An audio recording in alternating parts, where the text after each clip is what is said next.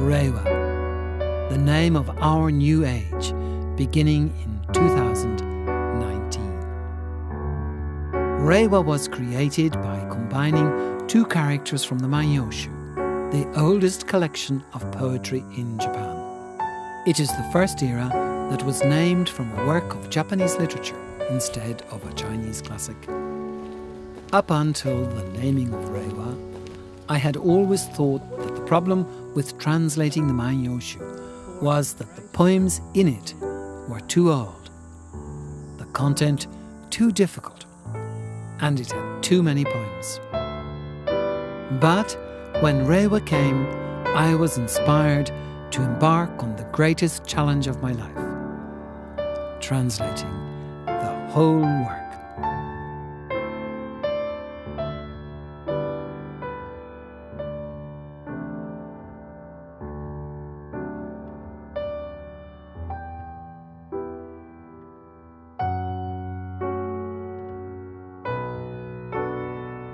But why spend all that time translating a work from so long ago?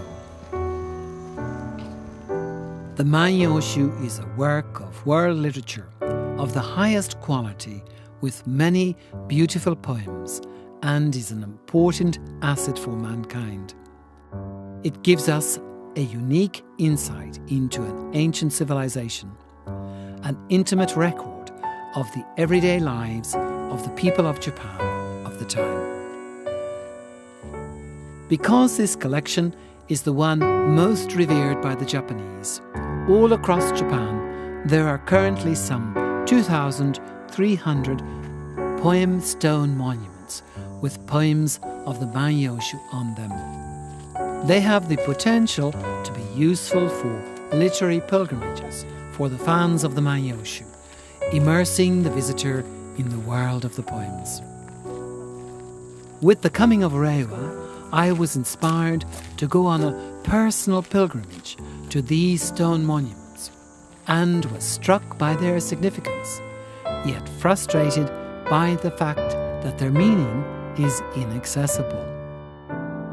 The poems inscribed on the stone monuments are written in an archaic style that even the Japanese find almost impossible to read and even harder to understand because the language of the poems is so old. No explanations or commentaries accompany the poems, so they are meaningless to anyone but the scholarly visitor. And so, to make literary pilgrimages possible for the non-specialist, I created a project in 2021 that placed easy-to-understand signboards beside the monuments. But that was just 27 signboards. Now I'm looking to complete the rest of the signboards so that the cross-country literary pilgrimage can truly be possible. For each poem, we create contemporary English and Japanese texts and also provide commentaries in both languages that explain the background and significance of each poem. In each location where there are poetry stone monuments, I will give the local authorities the right to use the content I created to promote local tourism and Manyoshu literary pilgrimages, which will also help in the preservation of important local sites that have been described in the poems. My hope is that these signboards will also serve as tools of revitalization of economically challenged areas, some with declining populations. This is urgent because with the context of the development in Japan, our panels can help preserve the environment.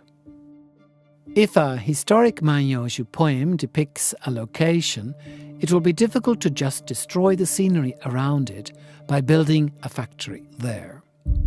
With the help of Nippon Zaidan and Japan Travel and Tourism Association, I was able to make a first step in actualizing my dream of the Manyoshu literary pilgrimage. But now I'm hoping to finish the collection and bring to Japan over 1,000 signboards. this time involving fans of the Manyoshu and world literature from all over the world via crowdfunding. I published a book a couple of years ago of my first 80 Manyoshu translations, but now, even working with another Manyoshu scholar, Shigeno Tomohiro of Tsukuba University, with our other responsibilities, we find ourselves being able only to do around 20 to 30 poems a year, because each poem requires so much research and preparation to make the extensive commentaries. Moreover, the Manyoshu has over 4,500 poems. The translation of the entire work is therefore a huge undertaking that needs to draw on the expertise of a large team of specialists, editors and translators to bring it to fruition. The Manyoshu has been cherished for some 1,200 years in Japan. Through this project, it will be cherished and will live on in Japanese and in English translations for the next 1,000 years. Please help to create these signboards and then come to Japan to travel the poems of the great work. Please help with this great project for Japan and for the world. This poem is one of the poems from the project. Line up the horses and come on, let's go to Shibutani's beautiful rocky shore to watch the waves flow in. It's a picturesque spot with views of a beautiful rocky shore and is now a designated national park known as Amaharashi Beach. Visitors to the many lovely spots of Toyama can now travel through the eyes of the poets of long ago and discover differences in the ways of seeing things, but also remarkable similarities.